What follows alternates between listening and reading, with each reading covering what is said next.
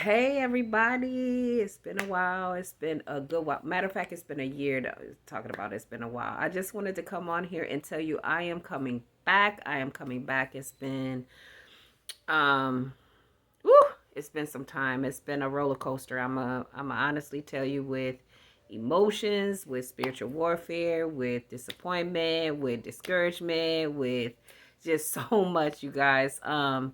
You already know I like to be real and transparent, so I'm coming back, but I just wanted to let you guys know that God is real, God is love, God is just amazing. Um, this has really been a trying time for me, in isolation again, continuing to grow into the knowledge of truth, of God's truth, but more importantly, heart issues, right? Remember back in the day, I would tell you guys about the heart posture, heart posture. Meanwhile, as I was telling you guys that, I didn't know how really deep it really went.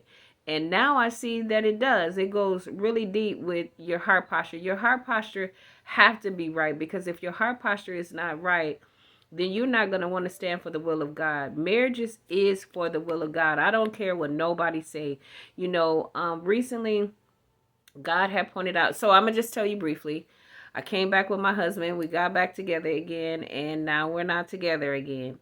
And at first it was a blame game. It was me blaming him, disappointed because I thought that he was ready. He was telling me that, he'd been a certain way for 30, 40 years, and that again he wasn't ready. So I took that, ran with it. But then God, is how gracious and wonderful he is. He always reminds me of the truth, right? When your heart is open to receive the truth, he's going to reveal the truth. And the truth is, I wasn't ready either. When I was telling you guys that when you get back with that person, that's going to be a whole different ball game. You got to be ready. You have got to be ready to be in prayer, to be in fasting, to be diligent in everything you were doing before that person came back. But what I did is I got to looking at him and looking at what he was doing, what he wasn't doing, um, wanting him to be where I was spiritually, and he wasn't there. Now, I didn't gripe at him or anything like that. I just wasn't doing what I was supposed to be doing before we got together, and that was continuing to pray, continuing to fast. I fell into the routine of certain things in which he was doing, which the enemy saw that, and the enemy ran with that, and I allowed the enemy to. Honestly, I thank God that that happened, because the very things that I was pointing out about my husband, of what he was doing and what was going on with him, it showed me, God showed me that that's residues of things that still lingering in my heart. Remember, your spouse is a reflection of yourself. So the very things that I kept I can easily point out to my husband about himself. I'm not looking at it that, hey, you got rejection issues, you got abandonment issues, you full of pride, you full of rebellion, depression, double-mindedness, lust, perversion. I didn't know that. That stuff was suppressed. Now, I got delivered a long time ago, but I believe that there's a healing process that we have to go through. And honestly, sometimes if we're not honest with ourselves, we will always be blaming the other person. We will always be blaming the other person for the downfall of the relationship, when really we're not, and I love him. I don't know if you guys heard of him, but brother, Philip Anthony Mitchell, he is one that I listen to now. He always talk about wringing out the heart, wringing out the heart, wringing out the heart, and it's being honest about the things that you have in your own heart. So now I am praying against the soul ties and the strongholds and the yoke of bondage and the generational curses.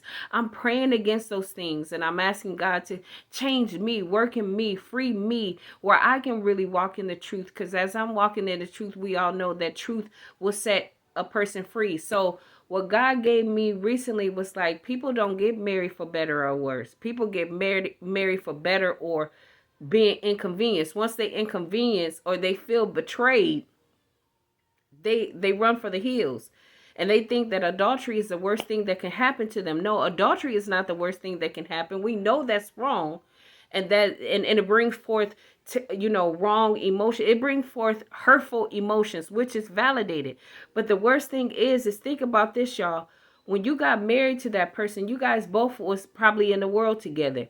Now you didn't left the world, and now you have been made alive in Christ. Well, now you have a spouse that's still dead in the world. And he made me think about Lazarus, how Lazarus was in the tomb for 4 days, right? And how he had the ability. Now, Lazarus is dead. And how he had the ability, regardless if he was dead or regardless if a spouse is dead, it doesn't matter if they're dead in the world for 20 years, 30 years, 40 years. He has the ability to raise the dead. So we have a responsibility to allow God access in our heart, to have the love of Christ in our heart so that we can pray for the dead to rise again. But we don't do that.